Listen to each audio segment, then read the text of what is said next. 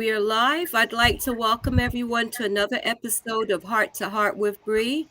Tonight, Andrew is with me, and we also have another guest, Keith Thomas. Keith, I'd like to ask you to introduce yourself to the viewers and then Andrew.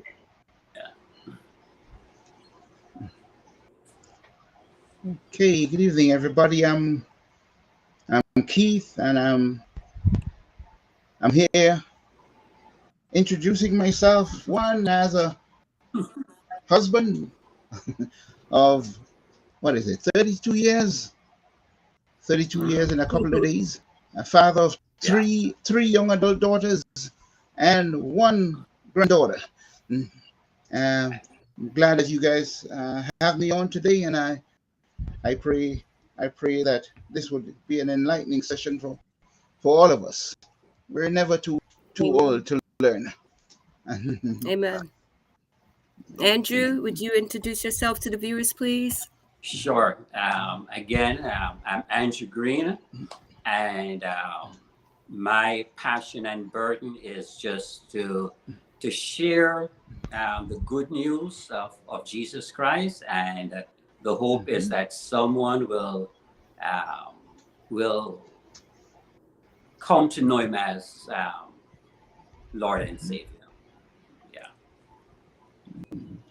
So tonight's topic is resolving the silent treatment. I think this is a very interesting topic. I can tell you I've experienced this firsthand. It's one of the reasons why I'm divorced.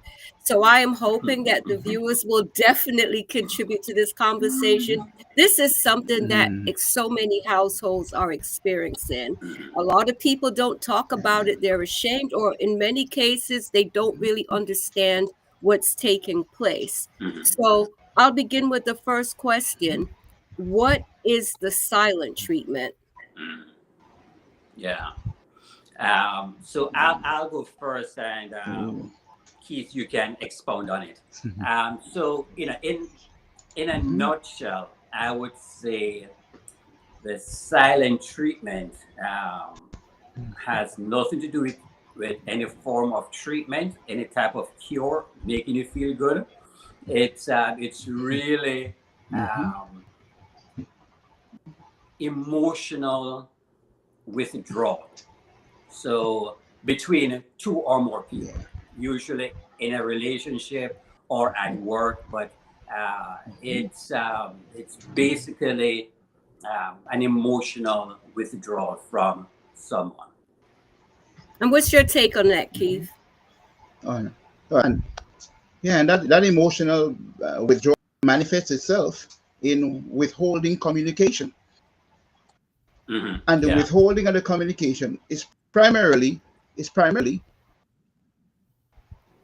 to punish. Yes. It's used as a tool of punishment. All right. And truth be told, I know the common understanding is that it is more prevalent among women, but truth be told, men also use the silent treatment. You know how important conversation is and communication is for women, and so some men use it as a tool as well to, as I said, to punish their significant other, their spouses. But it is not good. It never resolves anything. So that is so true, Keith. That is definitely the truth. I'd like to ask you both, is it a form of emotional abuse? Most definitely. I mean, there are instances. Just to be fair, there are instances where the quote unquote silent treatment could be a lack of communication skills on someone's part, or it could be that they just need space to step away from the from the dispute, from that conflict. So So how that they- about not butting in, but how about, you know what, let's have a timeout. I just need some time to cool off. Exactly. How about just simply Mhm. stating that? Exactly. Well, So in that relationship, as they are growing, and the other person can come back and say, okay, so that you'll realize that it's not really a silent treatment for that person, but you could offer suggestion to say, okay, why not Mhm. just say that you needed some space, and you can give me a time frame to say, okay, later tonight or tomorrow, we can revisit this, and I will have Mhm. an answer for you. But so I just want to put that out there, that it's not always a means of punishment, but in the grand scheme, generally speaking, it is meant to punish you. Oh yes, What's your make no opinion, mistake Keith? about it. What's your Yeah. opinion, Keith? Yeah, but Andrew, I mean, in the scenario you just brought up, Mhm. where one spouse says, this later, that's communication. Mhm. Yeah. Right. Generally, Yeah. the right. silent treatment. Yeah. Generally, the silent treatment is preceded Relax. by Mhm. one spouse set. Yes. Yeah. And as a result Mhm. of, so the general treatment is some kind of conflict between the two people. Mhm. And Yeah. sometimes silence is needed. Mhm. And what do I mean by that? Because when you're upset, you don't want to say something that you would regret. Right. That's so true. So if Yeah. you could look, I'm upset right now. Can we talk this Right. later or tomorrow Exactly. or something? Mhm. That's not the silent treatment. If Exactly. there was Right, communication exactly. that says, Yeah. I have, my intent is to resolve whatever we're going through, Mhm. but let's do it when we are under Exactly. calmer spirits. Mhm. Right. I like that. I like that, Yeah. Keith, and I definitely Mhm. agree with that. Mhm. Now, let's say that Mhm. two people have just met, they've started dating, Mhm. and Mhm. a conflict arises, Mhm. and the silent treatment takes place. Is it a red flag? For me personally, I know that is a situation I would walk away from, because hindsight is 2020, and I can tell you Mhm. from personal experience, it's like foreshadowing what's to come. So is it a red flag? Wow. I mean, what would you want your daughters or your sons to do in Wow. a situation like this? Go ahead, Keith. Mhm. No, it's a tough one, because if we're talking about a one incident thing, that might be Mhm. different than if it's something or continual. If it's That would be something a that you red flag. notice, it will If it's something that happens continue. over Yes, and over again, yes. yeah. Mhm. Mhm. If that can't be Yeah. addressed and resolved, the relationship level, Mhm. then that may be something you want to be cautious about into, because Right. to me, if the relationship gets to the stage where you become permanent partners in marriage, then Mhm. Mhm. what has not been changed before will not be changed then. Exactly. Yeah. Yeah. Mhm. Yeah. Exactly. So Yeah. to the question, So is it a red flag? It can be, yes. Mhm. yeah. Yes. Yes. And Mhm. what's your opinion, Andrew? I would say, whether to my sons or if I had a daughter, I would say during the date in the courtship, if if if your girlfriend is giving you the silent treatment, that is a red flag. It's not amber, it's not pink, it's a red flag. What you have to do in that first instance is to call it out. Okay, to call it out, to address it, separate and apart from what caused it, right? So definitely you want to address the root cause, but then you want to address this particular methodology that this person is using on you to resolve it, to ensure that the person is aware of that you are aware of what the person is doing, and to determine, to give the person, because we're all going to come into the relationship with baggage, and you have to so my son would then have to evaluate the willingness of his girlfriend to accept what she's doing, the willingness to work on it, and as they go on, he will have to decide what his tolerance level is. You know, does she show progress in working on it? If that's the case, then fine, because we're all going to come in with some baggage, but you want to make sure that this is something that the person is aware of. If the person is denying it, then you're really into trouble. You do not. So let's address emotional intelligence. I think it's very important. We hear this term quite a bit, and I think it is very important for us to have an understanding of it, especially our children who are entering into relationships. I think they need our guidance. So let's address emotional intelligence. Right. I would just say, it's the willingness to be vulnerable.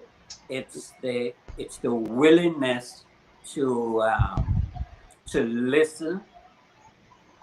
In that communication, not just verbally, but through the physical and non-verbal communication skills, and also to be aware of your own limitations. Like if I'm uncomfortable, say that.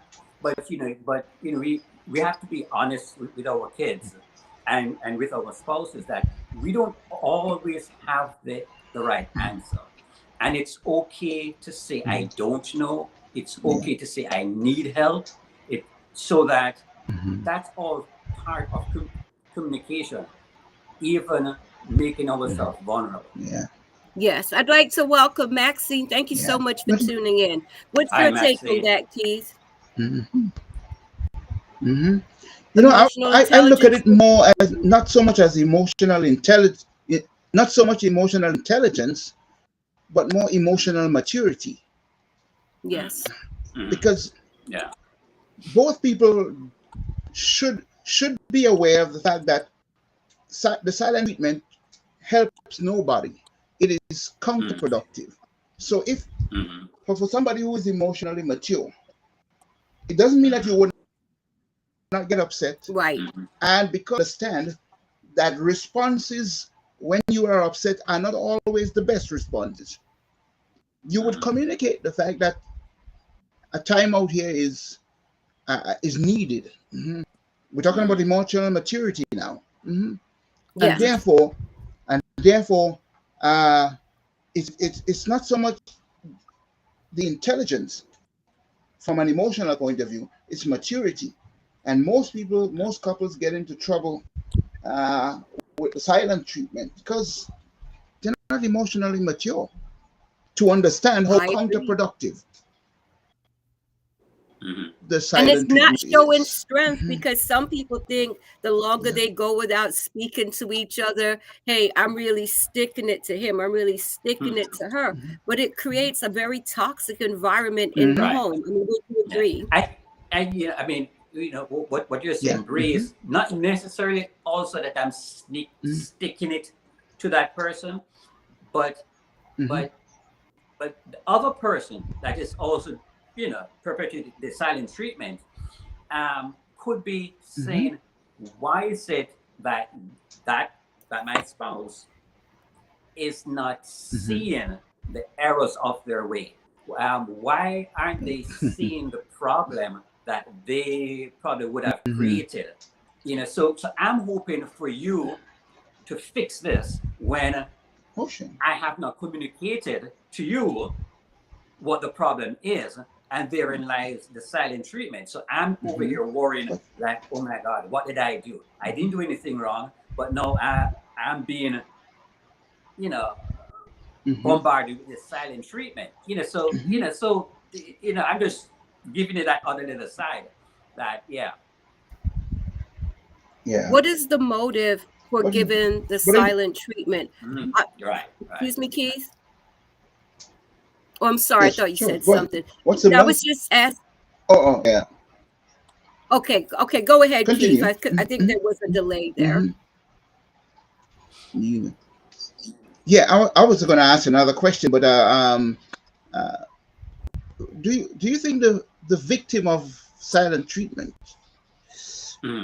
should take the initiative to break the ice? There's nothing wrong with that. I think that Yeah. sometimes we have to be the bigger person. I Right. think it's okay to say, did I offend you in any way? Or are you feeling okay? Did you have a bad day? Now, I think if that person is not mature enough to engage in that conversation and to open up, Okay. it's their loss. Right. Right. And, Again, the issue of emotional maturity. Yes. Right. Yes. Yeah. So I like that question, Keith. Yeah. I like what Bree said. And of course, and I would just say, as you are engaging with your partner who is, giving you the silent treatment, because the whole idea is we want to always have open communication, but this person that is giving you the silent treatment, if you recognize that there is a pattern, right, Bree? Yes. So you did this last week over X, Y, and Z discussion, and then here we are a week and a half later. We're back at it again. At a certain point, you're going to have to recognize that, okay, a pattern is being developed there. And so, okay, so now I'm going to engage you, and I'm going to call out so that I'm letting you know that this thing that you're keeping up, for a lack of a better word, It's foolish toxic. thing that you're keeping up. It's toxic. Maxine It is has a point here. She said silent treatment is when anger is delayed in communication, not a safe way to communicate. And I agree with that 100%. Hello, Right. Mikey. Thank you so much for So- tuning in. So would you Yeah. say, I have to ask both of you, would you agree that the motive for giving the silent treatment is a form of control and a way of diminishing your partner, stripping them of their self-worth? I mean, what is your take on that? Yeah, it really is a power and control in the relationship. Yes. Yeah, because I'm upset. Yeah, I want to hold the levers of power in this relationship. Yes. And in other words, I can restore the relationship to where I want it on my terms. Right. After I think you've been sufficiently punished by my silence, then I would restore. I would restore. Yeah. Yes. So it's about power and control. Yes. Yeah. I definitely agree with that. Well, let me ask you this. Why is it counterproductive? I put that out to both of you. Why is it counterproductive? I would say, the initial thought of saying that it is counterproductive, and I'm sure that there are many, if we flesh it out, but I'm going to punish you with silence. I'm not going to communicate to you my feelings and what I may be upset about. And I'm going to hope and pray that I'm going to assume that you know what is bothering me. That's not helping anybody, because the person over there can't read your mind. They don't know why you are upset unless you communicate what you are upset about. So a small incident, a small thing can grow into something that can really turn a relationship real toxic, real fast, because you are assuming that the person should have been aware that they should not have said this, done that. And so yes, it's counterproductive. So yeah, it just doesn't, it helps no one. And what's your opinion, Keith? Yeah. And another thing we should note, it does not necessarily mean the total absence of conversation. Sometimes the silent treatment shows itself when all of a sudden one spouse suddenly become formal. They start calling you by your government name and all the niceties of the titles that you were once addressed with suddenly disappear. Or and so that's the other one. Please tell your father that talk you through the children, right? Maxine has a point here. She says, maybe I don't want to deal with the situation or trigger, so I give silent treatment. And I think that is so common. And let me ask you both this. If this silent treatment is something that has become prevalent in the home, eventually, I mean, think about the atmosphere that is created. The children sense these things. They know that something is going on. And what are we teaching our children about healthy communication or unhealthy communication? If we don't know how to resolve conflicts and have healthy communication, what's your take on that?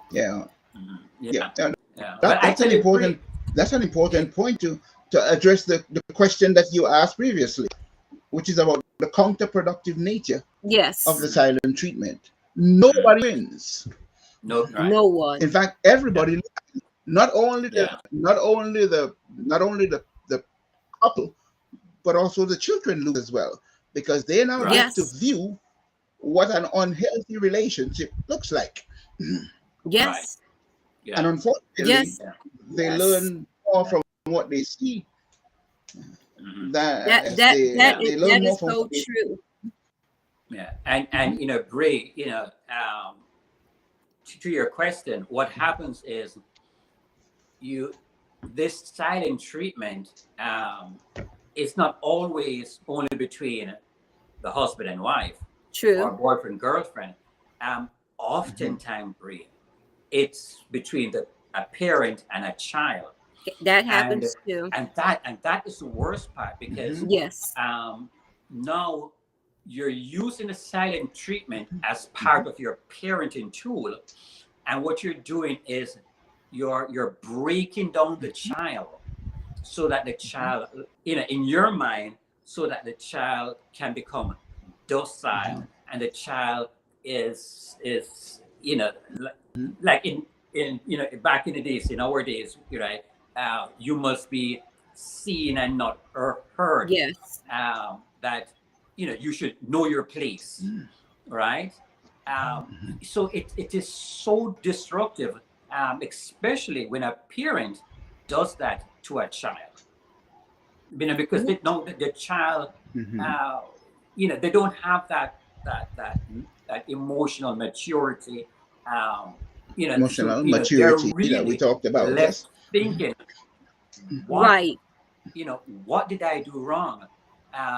so they're really left in a really bad position, really. Let me ask you this. For the person that's on the I don't. receiving end, and I have been there, it's something, in my opinion, that as time goes on, self-esteem goes down. You start to question your worth and value in the relationship. Right. Because if you're not even worth a conversation at the end of the day, what does that do to you inside? You know, I think that it's the most unhealthy thing to do to another human being. I think if we're angry with each other, we should be able to say it without being violent, but let's just learn to have honest communication. I mean, what's your opinion on that? Yeah. Yeah. You know, there's a biblical principle that underlies the question you asked, Bree. That comes Yes. from the book of Ephesians Right, 4:26, Yeah. which says, "Be angry and do not sin. Do And not do let not the sin." sun go down on Yes. your wrath." Mhm. Right. Exactly. Yeah. Yes. So the Yes. biblical principle something? here says, Yeah. mhm. No, I'm Yeah, the listening, biblical Keith. I'm principle listening. says, if you are upset about something, then before the day is finished, so it gives a time limit. So before the day is through, in other words, before you go to bed, right that wrong. Right. I definitely Fortunately for agree many with people, that. I agree with that. the silence goes As on husbands, sometimes day after day, as husbands, and there is nothing good from silence or withdrawal of it's communication. true. If it extends from It's day after day, true. it starts eroding It's at the it's foundation of that relationship. Yeah. what happens, as a woman, I can tell you that as time went on, being on the receiving end of it, I no longer saw my spouse as a safe person in my life. Right. As time went on, what he was hoping to do, it didn't break me down like he intended. What it did was it eroded the feelings of love that a wife is supposed to have for her spouse. I learned not to lean on him emotionally for support because it was non-existent. I did not trust him to be supportive or to be there for me because it's like you start one brick goes up after another brick, and the next thing you know, there's this wall that is not coming down because of the coldness, and you just withdraw totally. So I'd like you to both to address the men out there. I mean, let's be honest. As a woman, I think women want to be treated with love and tenderness, not unkindness and not harshness. What's your opinion on that?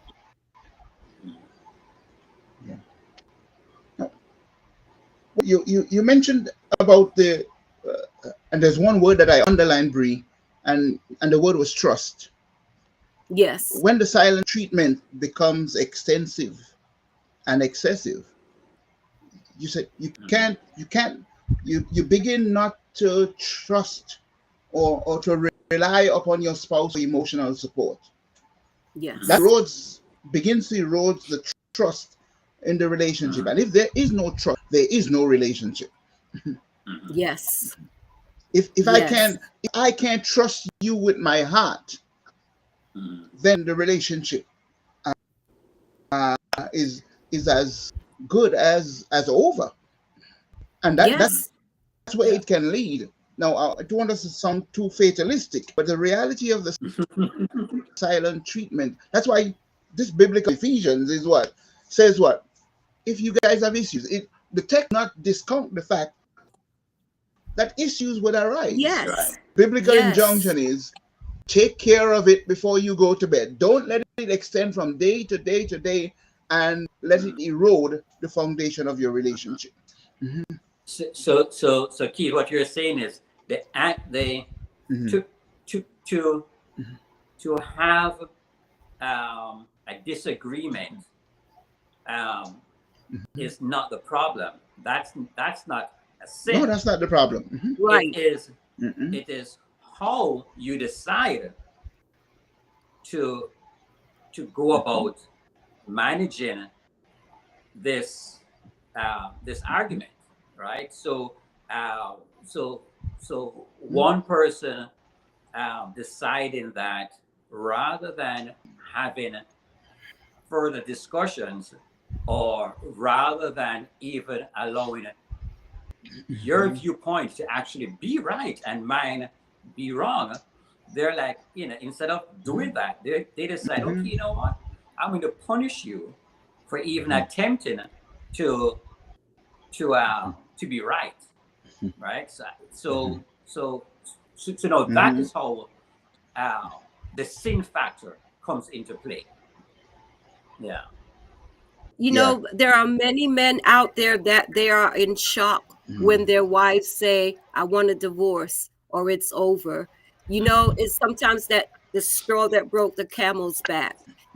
After years of going through this kind of thing, eventually people do get tired and decide, I've had enough. And I'm sure that men who have been on the receiving end eventually will get tired of it. It's a very draining way to live. It's very painful. It's very hurtful. I can tell you, I remember the days of shedding tears. I would never give him the satisfaction of seeing me cry. But it's like as time went on, I learned to lean on God and pray until I was out of that situation. But I can tell you, I had to go through years of therapy to help me build my self-esteem back up again and discover my self-worth, because you get tired of walking on eggshells, but not just that, as well as walking on eggshells, that feeling of like, I don't even matter anymore. And, right. The lack of self-worth. Right. So your opinion that is not valid in the relationship. Right. Yeah. Yeah. I could. So so as you talk about your experience, I'm sure I've had friends, so I can speak on the talk that we have had, where the reverse is the silence that the male is getting is not necessarily a verbal silence, but it could be silence in the sense of withholding intimacy. Yes. So now, what happens is he feels like his emotions, his needs, his desire to be one with his wife is for reasons that he's unaware of, is just not being addressed. And then he would then look at a text like that and say, well, okay, so that this doesn't turn into a sin, is what happened is she, in her mind, could have, Bree, let me tell you how funny this may be.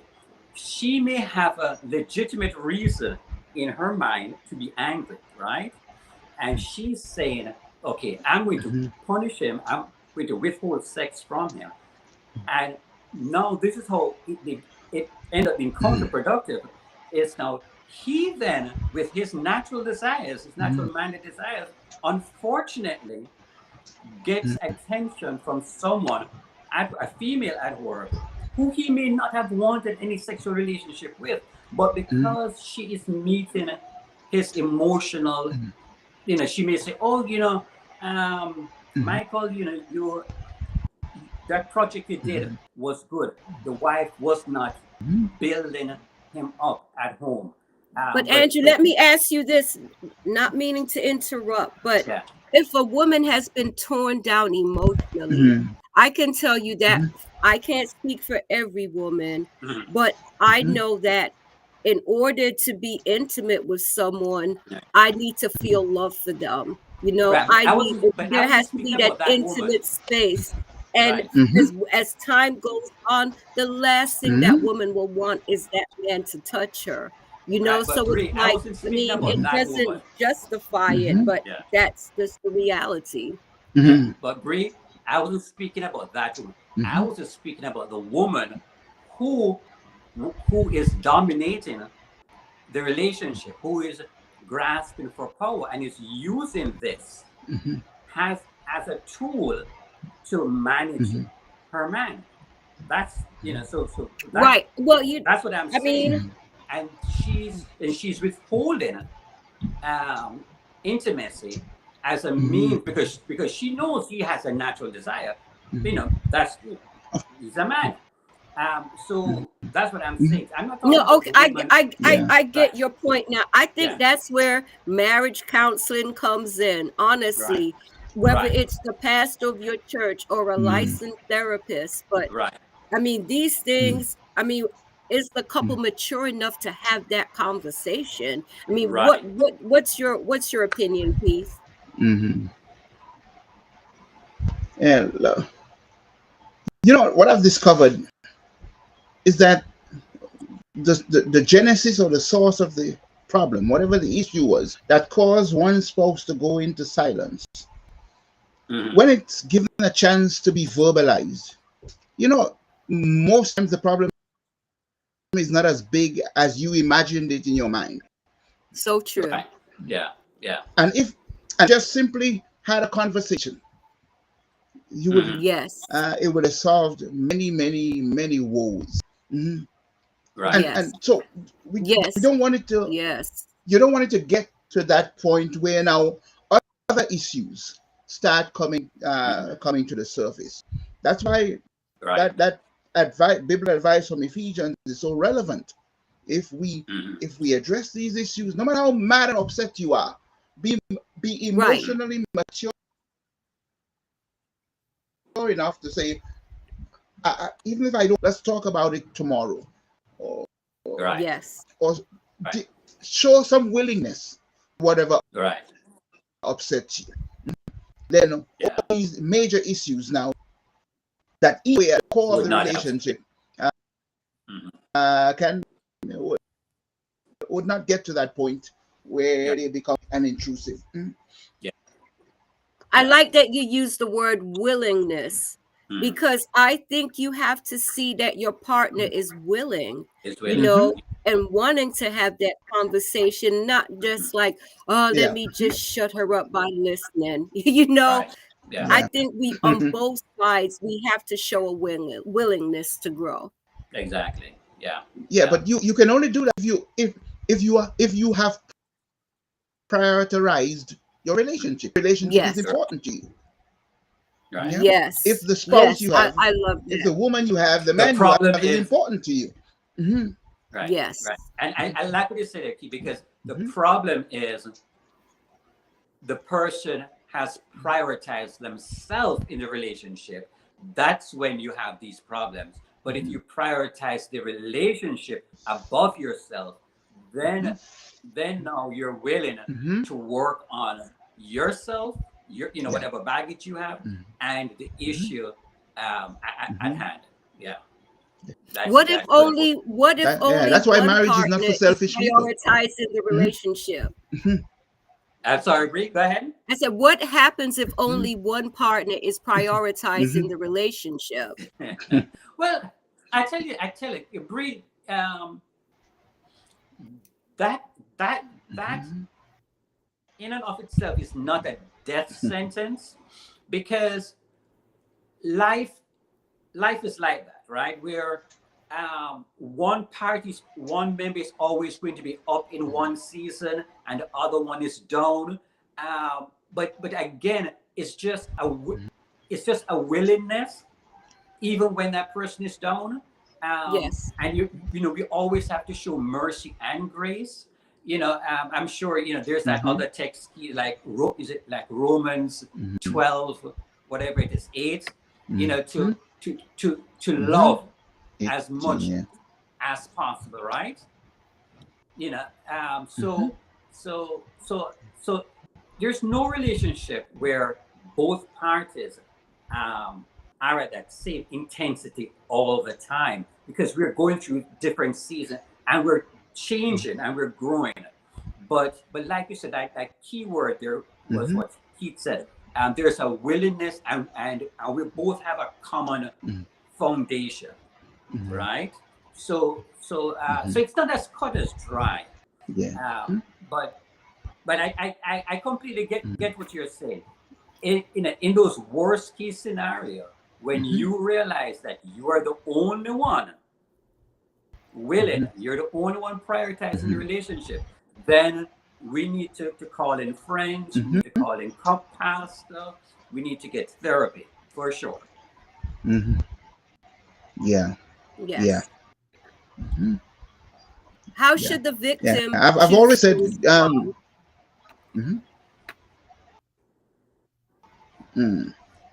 Go ahead. In kind. Okay, go ahead, please. There's a delay on. I just said you asked. I realize. I realize here there's a delay. You asked the question. How should the victim respond? My answer is how should they not in kind. Yes. Because because if they respond in kind, if they choose to be silent, that will be a very quiet house. Keith, quiet verbally. There's a text in the Bible, but I'm sure we can go to Deuteronomy and find an eye for an eye. That's right.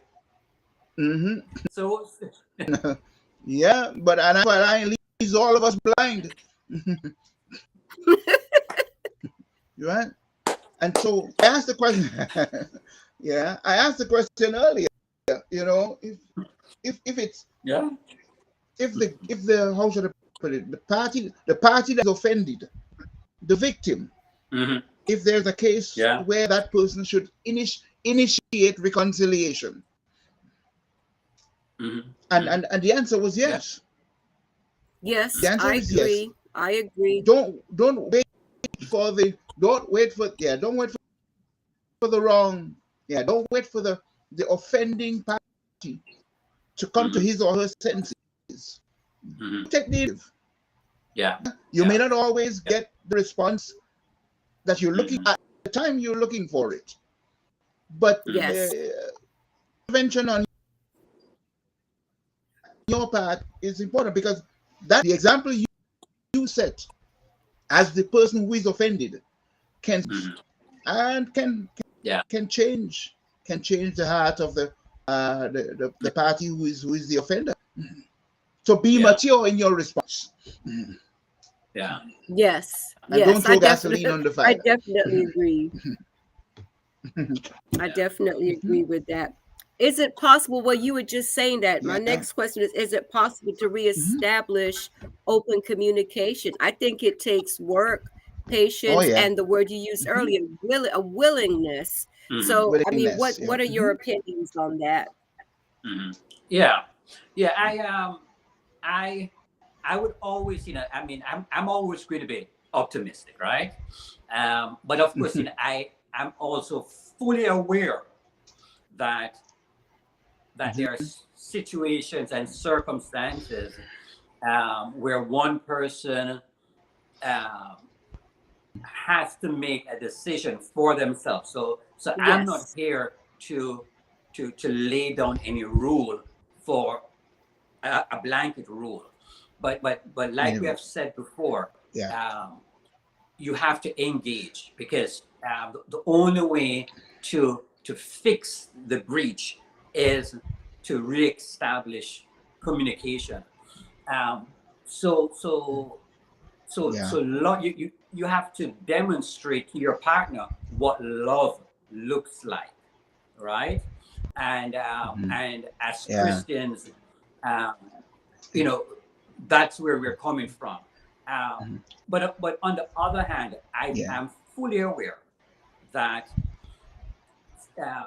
although silent treatment is, a withdrawal, that silence can be just as damaging as a physical blow. Yes. That abuse can really cause severe harm to that spouse, and nobody wants to be in an abusive relationship. Nope. So would it mean that person can say, you know what, I'm going to love you from afar and hope that my detachment from you will bring you to your senses? So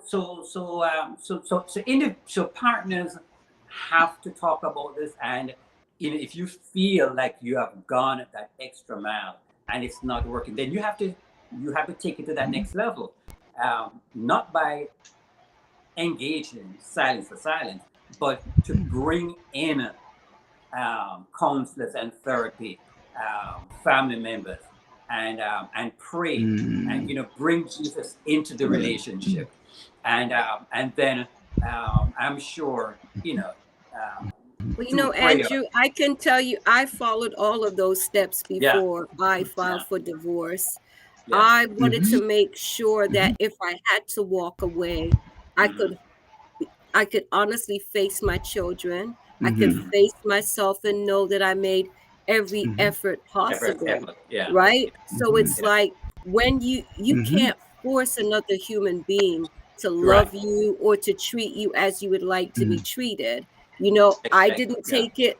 I didn't make my decision lightly. Yeah. And it was sad because I knew I grew up in a broken home.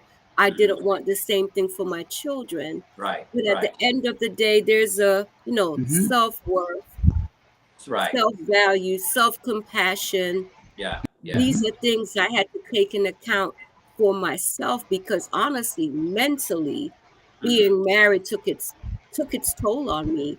And I'm being honest. I mean, when we separated, I told myself, you know what? Maybe in about 6 months, I'll take him back. But I tell you what, I enjoyed the peace so much. I enjoyed not having any conflict in my life. But then there was still no change. When you see that the person is still trying to play these mind games with you, then at some point, and I'm talking about for me, I had to choose myself. And I wanted my kids to see a healthy version of their mother. Right. Yeah. Because at the end of the day, like you said, you can only control yourself. Yes. Right. So control what you can control, and you're still engaging with the person. And if that person is not willing to engage, to change, to accept, to even accept that what they're doing is wrong, then you really have no other option. Yes. Well, I have to ask you guys this. Let's be honest. Doesn't this take place in the church sometimes? Sometimes we have our brethren in church that there may be a conflict and it's not resolved. We pass each other by in the church and we don't even acknowledge each other. I mean, I think communication is so vital to harmony, whether it's in the home, the church, or wherever it is. I think we have to get to the point where we can just be honest with each other and accept the other person. Listen, we won't always agree. We can respectfully agree to disagree, but I think we have to learn to embrace each other in love regardless of our different viewpoints. I mean, what's your opinion on that? Yeah, and we also have to remember that not everybody has the ability to communicate well verbally. True. And but we have to understand that there are other forms of communication. Yes. And some other forms will be more effective than. Yes. Yeah. Yes. Yes. Yeah. Yes. So let me ask you this. Like, where do we When we talk start about, as you far as asked the question, communication how is? can we reestablish open communication? Words, Yes. Yeah. but I straight by my actions. I can demonstrate Yes. by my demeanor, mm, that that that uh, Yes. that I prioritize you. I prioritize our relationship, and therefore Right. I want it to work. So we may not have the right Mhm. words all the time, but our actions sometimes can True. Mhm. speak much louder than our words. Mhm. Yes. Right. Right. Right. Yes. Hmm. Right. So, Yes. so it goes back to your word, willingness. So Yes. Hmm. so though I may be engaging you um, in a conversation, but Hmm. that may not be your strong point, and So. you're going to, in return, um, so Mhm. you know, you may show your love and your emotion So. through actions. Mhm. What I would have to do as that partner now is to be able to say, but Mhm. okay, you know what? It's not what I want, Okay. but what is this person offering, Mhm. right? So that we're learning each other's Mhm. love language. We're learning how each other communicate, and if that's Mhm. what's how it works for you, then fine. But at long as but then you're saying Mhm. there's a willingness. There is a And that as willingness long as there's an effort, the and effort is, effort. I Mhm. think if you're showing that, if you're making the effort, then it Hmm. Yeah. may not be your love language, but Yeah. hey, acknowledge the effort. I mean, that's how Right. I look Mhm. at it. Yeah. Yeah. Yeah. You, Yeah. you know, I mean, there may be somebody who probably will see this podcast either now or sometime in the future, and they found themselves or find themselves Hmm. easily resorting to using the silent treatment as a way Yes. of as a way of punishing their Getting what I want. spouse, and they Yeah. may be willing to change. I mean, is there anything Yeah. Yeah. we can give them tonight? We can share with them Hmm. to help them master their emotions Yeah. and to master whatever emotional issues they have that brings them to this place of a of Hmm. using the silent treatment. Mm. So Keith, as you're saying, what I would say is the the thing, the thrill that you're Mhm. getting through the silent treatment and getting your way, whatever that thrill is, that whatever that rush is, Mhm. um, I would tell that person, the viewer, that um, yes, it may feel good to you now, but it is fleeting, it is Mhm. damaging, Mhm. Yes. and there's a better way. If you if you if you lead with love, Yes. uh, and you show openness, what you're going to get is love in Mhm. return, which far exceeds power. So you get in your way Mhm. by this power grab and getting this Mhm. transactional relationship. It may work for a while, but it's Mhm. temporary. Love is eternal. Yes. Yes. And what would you like to what would you like to say to the viewers on that issue, Keith?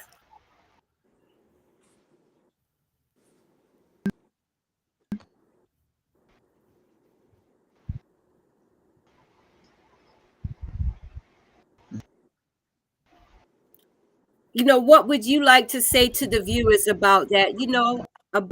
What advice would you give to the viewers to avoid this behavior, or if they're Yeah. experiencing this behavior? Yeah. Yeah. As I said, the response of a silent treatment usually comes, as I said, from a place of selfishness. If we really true Mhm. Yes. about this, Yeah. it comes from a place of selfishness. Yes. And marriage is Mhm. not for selfish people. Right. True. You understand? Yeah. And even when it occurs between parents and children, it is a bad example to set, because you know why? Children would normalize that kind of behavior, Yes. and you don't want your kids to normalize your bad behavior. And so what you want to do is, whatever emotional triggers that push you to that place of silence as a way of punishing your spouse, ask God for the grace to get over it. Yes. It's amazing what grace can. Yeah, If you're willing, I agree. yeah. I agree. Hmm. How about, And mhm. yeah, yeah. Go ahead, Keith. Go ahead. Go ahead. No, you were asking the question. How about? Okay. Mhm. I mean, I think a little grace goes a long way, kindness and, Mhm. putting our egos aside, Mhm. and being able, if we're wrong, being able to acknowledge it, because you can't change it if you don't acknowledge it. But Right. I think trying to, meet the other person halfway. And if you see that Yeah. you're unable to make this effort on your own, seek help, whether it's a counselor, friend, or a Mhm. professional. Oh yeah. This is toxic Mhm. behavior and it does a Mhm. lot of damage. There are so many broken homes out there, and it's like something as Mhm. simple as communication. I Right. mean, can make all the difference in the world. Right. Right. Yeah. Yeah. Yeah. Yeah. Mhm. Yeah. And I Yeah. and you know Mhm. Yeah. and yeah, and I would say, Bray, really, um, going back to an earlier question, we have to have that open communication, but for the person who is experiencing a silent treatment and you're putting your heart out there, you have to be aware. Mhm. Is this person um, is this person you know exhibiting like narcissistic behavior, like they are just completely unaware and they're dug in, and they're being Mhm. empowered as you are Mhm. offering uh, an avenue for open communication. You may find yourself apologizing Mhm. where an apology was not needed. So Needed. I'm just saying, you know, you have to proceed with love, but you also have to be wise, right? That and Yeah. always call it out so that the person knows that you're fully aware of their tactic. So I Yes. know Mhm. that Keith will be he has to leave soon. So I want Yeah. to ask Keith before he leaves. Let's talk about fighting fear in relationships. Mm. Mhm. Let's talk about. How to fight fear in relationships. Yes, Fear. how to Mhm. fight fear. Uh, fear, and I call fear is the enemy of trust. Mm. You have fear Okay. issues when you have trust issues. Yes. They're enemies. A trustful relationship. If I can trust my partner for physical, emotional, there would be no fear in that relationship. See, Yes. Yes. fear destroys trust. Mhm. If I have to fear my partner, I could never trust them. And Amen to that. obviously, trust is the foundation of every relationship. And so, and Right. Yes. so, if there's fear in a relationship, it speaks volumes about Mm. the the people in the relationship. You would have Mm. one who is a victim and one who is a perpetrator. Yes. And Mm. uh, the Bible says, "Perfect love casteth out all fear." Yes. Mm. Yes. So fear is a symptom or is evidence that that love and trust that should hold a relationship together is absent. We should never Yeah. come to the place where one spouse fears the other, and I especially for agree. those of us who claim Christ. Yeah. Amen. Yeah, Yeah. Amen. and so go ahead, Andrew. Yeah. Bree. Yes, I'm still here. So Keith, I think what happened in the lag is how to fight fear, not FEAR, but how to fight fear, FAIR. Oh, FAIR. Oh, Yeah. okay. That That kind of answer fear. that he gave, All right. listen, the answer that Keith gave, It was I good. was so happy with that because That- guess what? There are so Yeah. many people who are living Yeah. in fear Yeah. in Oh, their yeah. marriage, right? Yeah. So Yes. I will take that And answer, that kind of fear. Andrew. Yeah. Yeah. Right. Right. So Yes. That's so that's all right. But if we were talking about FAIR, then yeah. to fight fear is not to fight dirty. Yes. Yes. Yes. You know, do not objectify. Do not objectify your spouse. Mhm. Even Right. in Yes. fighting, you are fair because you value them. Yes. When you value Yeah. somebody you Yes. love, you'll be fair to them, even if you disagree with Yeah. them. Yeah. Yes. And not only Yes. that, And I fighting like that you fair use the word means when you value. fight fear. Yeah. Yes, when you fight fear, it says it speaks to a mindset of humility where you acknowledge that not only your spouse can be wrong, that you can be wrong as well. Right. Yes. Exactly. Yes. Fairness is an acknowledgement that not only my spouse is wrong, but I can be wrong. Yes. And that even Right. though my Yes. spouse might need grace then, now I may need grace sometime in the future. In the future. Yes. Exactly. Yes. Yep. Yes. Yes. I mean, definitely. You know, guys, I have really enjoyed this conversation. Keith, I would love for you to come back. I mean, I really enjoyed what you had to say.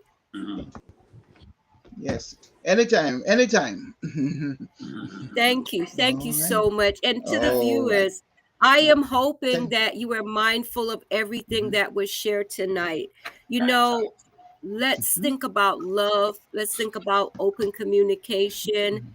And, you know, let's create harmony in the home. You know, let our kids see us in a loving way.